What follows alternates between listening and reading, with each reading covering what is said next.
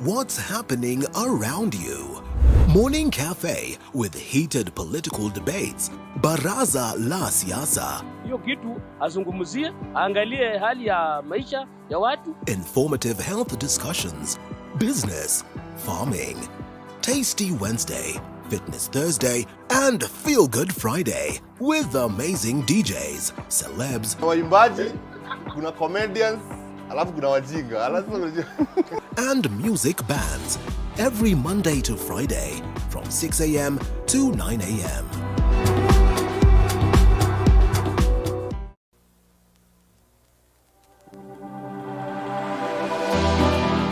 How well do you know what's happening around you?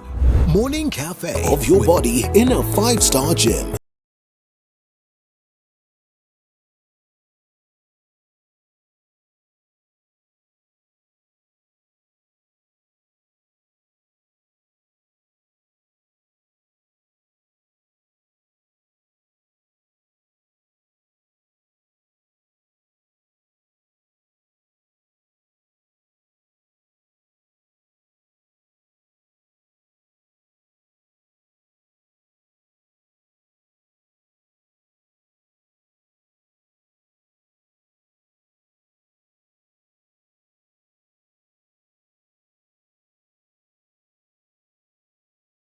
Of soft living.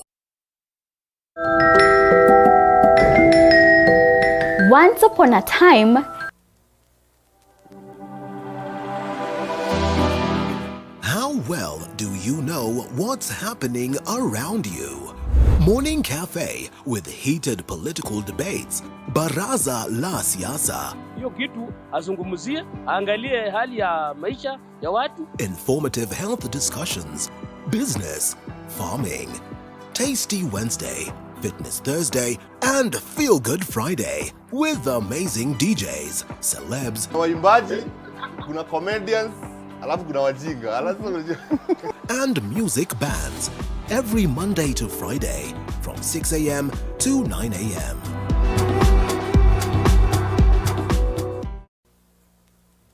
Around you. Morning Cafe with heated political debates. Baraza la siasa. Hiyo kitu azungumzie, angalie hali ya maisha ya watu. Informative health discussions. Business, farming.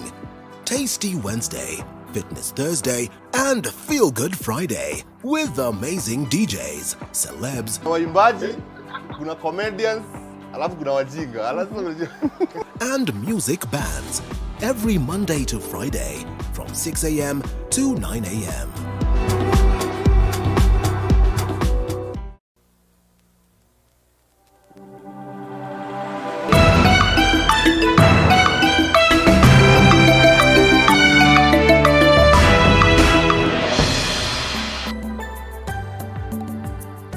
A very warm welcome to TV47 News Updates on this 30th day of November 2022. A day that has seen President William Ruto officially launching the Hustlers Fund, one of the many stories that we've lined up for you on the bulletin this afternoon. Now with that said, my name is Dennis Otieno. I trust you're doing well. Welcome to the broadcast. Now on to our top story this afternoon. President William Ruto has this afternoon launched the Hustler Fund, which he said was born out of the need to give Kenyans in small and medium-sized enterprise access to capital, adding that his tours of the country ahead of the August general election gave him access to Kenyans' concerns. The fund is accessible through the USSD code *254# and mobile application platforms of any of the mobile network operators in Kenya. Hii Hustler Fund haina bureaucracy. Nilikuwa nasikia watu wengine wanasema mbona hii fund haina secretariat? Hakuna secretariat kwa Hustler Fund, hakuna committee. Tumekubaliana technology ndio committee yetu. Wewe na simu yako, hapo ndio committee itakuwa. Na vile na rekodi yako ya vile unakopa na kulipa. That is the committee. Your phone, yourself, and your record. That is the committee you need to borrow, pay, grow yourself in the Hustler Fund. Tumekubaliana? That is item number 3. There are no bureaucratic hurdles towards access. Jambo la tatu ama la nne, tumekubaliana ya kwamba as a country we have the lowest saving rate anywhere. Our savings as a percentage of GDP is between 10 and 11 and 12. Progressive countries like ours in other jurisdictions are in the region of 25, 30, 40%. China, for example, is at 55% savings as a percentage of their GDP. For us to grow our culture of savings, we must bring the culture of savings into business, so that as you do business, you are saving for tomorrow and the day to come. Kwa Hustler Fund, ukifanya biashara 5% inaenda kwa savings yako. Na ni pesa yako, sio pesa ya mtu mwingine. Tunakusaidia, tunakuwekea, pale mbele utakutana nayo. And that was President William Ruto addressing the public at the Green Park right here in Nairobi, where he was launching the Hustler Fund, such a reprieve to Kenyans in the small and medium-scaled enterprises. Now, moving on, the Director of Public Prosecutions, Nurdin Haji, wants to turn Public Service Cabinet Secretary Aisha Jumwa as a state witness in the murder case that she and her former bodyguard Geoffrey Okuto were accused of killing Ngumbao Jola in election violence during the Ganda ward by-election in the year 2019. Aisha has always defended herself, saying she doesn't even know how to hold a gun. Take a look. Some very serious concerns with relations to the lack of connection of the evidence and the offense under which our client was charged. We are glad to report that today, when we had a mention of that case before the High Court in Mombasa, before Her Lady Justice Anne Ongijo, the DPP has in one resolve entered a nolle prosequi, which is an indication that the case, the murder charge, as against His Excellency the Cabinet Secretary Aisha Jumwa, has been terminated. So this essentially means that this is a good day for justice. It's a good day that where we get to celebrate the truth of a popularity, where we have seen that we are now readily accepting justice as opposed to those public stands where we had public officers being charged just for the sake of it. It was a political rally. Aisha Jumwa, being the area member of parliament, walked into a hostile environment. Bullets were being shot up, violence was there, stones were there. Aisha Jumwa, all her life, has never owned a gun. She has never held a gun, whichever format of a gun. Out of the commotion that was there, somebody was shot dead. Conspicuously, the police took magazines and picked 5 guns for analysis. When we looked at the ballistic report, there was no indication that Aisha Jumwa had a gun. We raised this question at the preliminary stages, that for the offense of murder to be preferred against anybody, there must be mens rea. There must be malice aforethought. There must be a premeditated plan to kill. 2, there must be an action by the person being charged, called actors, that killed this person. Aisha Jumwa did not fall in that class, but she was charged. Now, still in the corridors of justice, Meru Governor Kawire Mwangaza has finally gotten a sigh of relief after the Meru High Court ruled and dismissed the 69 members of County Assembly bid to oust her as the Meru County Governor. In her judgment, Magistrate Wamae Cherere said the county government did not follow due process to initiate the bid to unseat the controversial governor. In their response, the members of County Assembly have vowed not to give up, but to continue pushing for Mwangaza's removal as Meru Governor.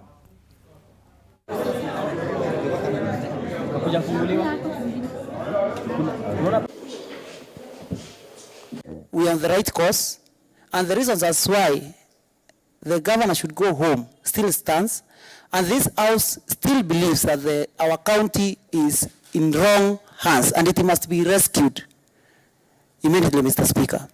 So we respect the court order and we will be looking at it to see the areas that the court has cited, so that now we will begin a perfect process that will not be challenged in any other court in this land, Mr. Speaker. We have followed the entire process the way it's supposed to be. And Mr. Speaker, I want to note to this Honorable House that, number one, the Honorable Governor can run to the courts to delay the process, but what must happen must happen. Even if it takes 1 month, Kawira has to go. Even if it will take us 2 months, Mr. Speaker, the governor has to go. Even if it will take us, Mr. Speaker, 3 months, Kawira has to go. Even if it will take us to appeal this to the court, to the Court of Appeal, Mr. Speaker, Kawira has to go. Even if it will take us 6 months, we are here. Kawira has to go. She can hide, but she cannot run. Now, the Director of Public Prosecutors, ODPP, has withdrawn murder charges against Tob Cohen's widow, Sarah Wairemo, and her co-accused.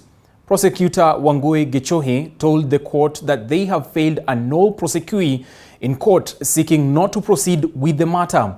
However, the family of Tob Cohen has opposed the move to withdraw the charges against Sarah Wairemo. The widow and her co-accused were charged with killing her estranged husband, Tob Cohen, in September 2019. Two affidavits were filed by Mr. Gashomo, who was then the DCI head of investigations, dated 20th and 27th September.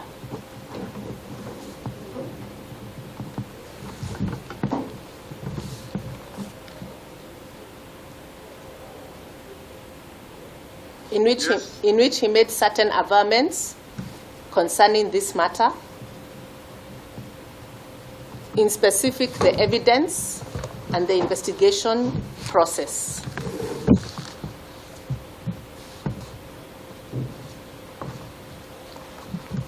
Mr. Gashomo then retracted these two affidavits via an affidavit signed and filed via an affidavit filed on 24th October 2022. What we have, my Lord, is a letter that says there are contradictions.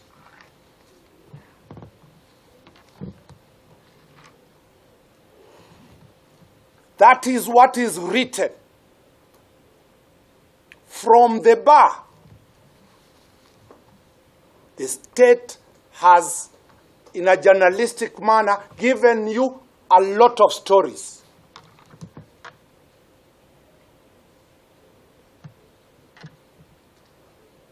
Article 10 of the Constitution and Article 232 of Public Service, government or the state should communicate in writing the reasons they want this matter terminated. Now, shifting focus from legal matters to matters health, where 10 counties have reported cholera-related cases in the recent days, with Nairobi, Garissa and Machakos counties taking the lead with the highest number of cholera cases. Acting Health Services Director General Dr. Patrick Amoth has revealed during the launch of Kenya's Status Report on Infection, Prevention and Control in Healthcare Facilities launch in Machakos County. All the 17 sub-counties of Nairobi and reported cases of cholera outbreak, with a total of 1,094 cases reported nationally, as well as 25 fatalities. The acting DG urged health service providers to create more awareness on prevention measures, including high standards of hygiene.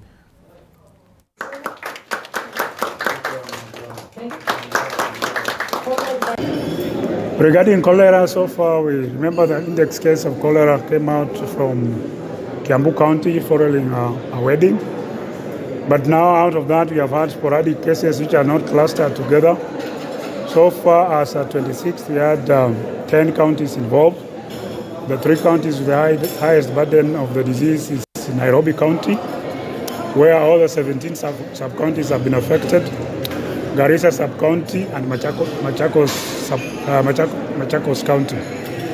In total, we have had a total of 1,094 cases. Studies have shown that close to 80-90% of healthcare workers don't actually practice infection prevention control measures. So one of our challenges as healthcare workers is to be able to change that practice, that what we preach and what we put in documents that we have developed, we actually practice that and can also be able to influence community members and households, then they can also be able to do the correct practices. Now, women small-scale farmers drawn from various parts of the country have once again termed the government's decision to introduce genetically modified foods, GMOs, as a violation of human rights. The women, under the umbrella Women Peasants Organization, said they were not involved in the decision-making, thus infringing on their rights. While speaking during the marking of the 16 days of activism against gender-based violence, they said women play a vital role in the community decision-making process and thus should be factored in on issues affecting their families. Fighting for our rights. Comrades, power! Power! Comrades, power! Power! Down, down, GMO! Down, down, GMO! And we know the impact and the effect of hizo mbegu zenye zimeletwa Kenya. And you know, once these women have been lured into these seeds, what will come next? Tutakuwa na issue ya risk of health, tutakuwa na issue ya sickness, and we feel that the government has violated the right of women. The decision of the government of Kenya to lift the ban of GMO is also a form of violence against women, as it will deprive them of their right to own seeds. Women will be lured by GMO companies into using the GMO seeds, which will expose them to high health risk. Na kusema ukweli, mtu mwenye anasikia uchungu ya hii mambo yote ni mama. Mama anajua shida nyingi, kwa sababu hata wengine wananyang'anywa mashamba na wengine wanakuja kufukuzwa kwa mashamba yao na county government hawajui. Hata kuna Baringo watu sahi wanahangaika. Mwingine amenyang'anywa shamba na sahi anaishi Center Marigat, ambapo hata serikali wenyewe hawajui. Their laws are very strict. They will say that if we are planting GMO seeds, no one is allowed to plant any indigenous seed around this one. So telling me to plant your own seeds, which I do not know where you come, you've come, where they've come from.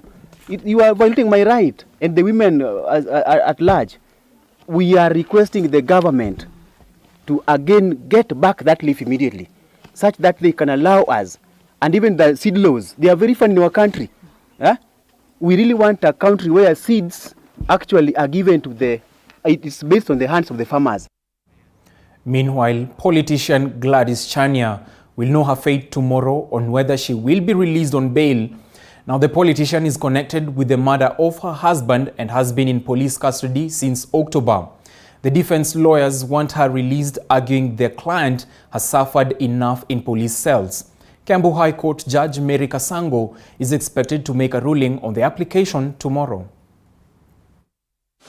My lady, that case does quote the Anyona decision that do not have any basis. The principle, which is then accepted, is that when these kind of things are the ones that are being brought out, there has to be some tangible evidence. Some tangible evidence. My client will avail herself to court at all times when she is required. The primary purpose for bail, my lady, is that an accused person will turn up to court. Nothing has been put before you to suggest that she will not turn up. My client is further ready, my lady, to furnish the court with such references as a measure of her good faith, as the court may demand. And she is ready to meet any other conditions, including reporting conditions, if the court may determine that she should report at reasonable times. With less than 24 hours left before Kenya joins the world in marking the World AIDS Day, the Ministry of Health and its partners have today launched the HIV and GBV response tools and documents to help in achieving the 95-95-95 targets. Speaking during the commemoration of the pre-World AIDS Day at the Kenyatta National Hospital in Nairobi, Director of Medical Services, Dr. Andrew Molwa, said the ministry has reported a significant progress in HIV testing and treatment over the last 1 year. However, there still exists a gap in key population, especially the adolescent and persons injecting drugs who account for many new infections. The government is keen on eradicating HIV/AIDS by the year 2030. I lost my wife and son and my immediate family, and not forgetting losing the trust of all who mattered in my life. After starting in the MAD program, I got all that I had lost, and I got more than I had bargained for. Everything we do here, including the dance, they cost money. It's never for free. So responding to HIV costs money. We need resources to buy testing kits. We need resources to pay healthcare workers, and we need resources to buy ARVs. And these people who have ARV, 1.2 million, they are not dying tomorrow, it is lifelong. And they are going to live their healthy, quality life like any other person. So it is time to invest in HIV. For those who defile our children, initially it has only been girls who have been defiled, but presently if you look at the statistics, we have quite a number of boys who are also being defiled. And the perpetrators are grown-ups, you and me, and the end result of those children who are abused is HIV/AIDS. The males more significantly affected at 85% and 15% of those being women. 11% of these clients are below the age of 18 years, and drug use is a real problem and a major area of increased HIV infection if no interventions are put in place.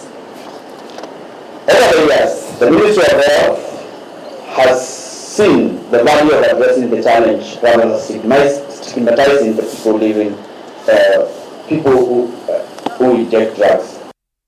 Elsewhere, 4 employees of the Public Service Board in Machakos County have been sent packing by members of the County Assembly. The 4 are connected with gross misconduct. The bill to remove the 4 was presented in the Assembly by Eka Kala Ward Representative Stephen Nzuve.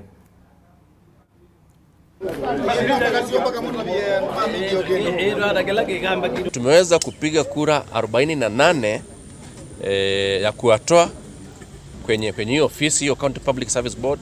Kura 48 members wamekubali kuwatoa. Kura 9 ndio wamesema waendelee na kura 1 ndio ameabstain. So the next course ni speaker ataandikia governor akimwambia hao watu wapewe barua za kutoka kwa ofisi immediately bila kuharibu wakati. Kuanzia hapo governor ataleta majina kwa bunge, majina zenye za watu wengine, atatengeneza ile inaitwa select panel ambayo pia ndio itakaa chini ichunguze ama ivet watu wengine wenye sasa wanaweza ingia kwa hiyo office. Now, cases of gender-based violence amongst small girls are on the increase in Davaya Village, Kinango constituency in Kwale County. According to a legal officer in charge of human rights in the county, Alex Mwaura, an estimated 11 cases reported to police have not been resolved. Speaking while sensitizing locals on how to spot and prevent such cases, Mwaura said the cases sometimes take long to be resolved, a situation that makes it hard for those affected to seek justice. Moja ambazo zimerekodiwa police station, lakini kwa sasa hazijafika step yoyote. Ndiposa tukasema kuna umuhimu tuweze kuhamasisha jamii ya Davaya ili waweze kujua mwanzo haki zao na haki za watoto. Na mtoto anaponajisiwa, step gani za kwanza muhimu waweze kuzichukua ili tuweze kuona kwamba huyu mtoto kesi imeweza kwenda mbele, na pia vile vitengo husika mahususi vitengo vya polisi na vitengo vya hospitali kuona kwamba kwa nini cases haziwezi songa mbele na kwa nini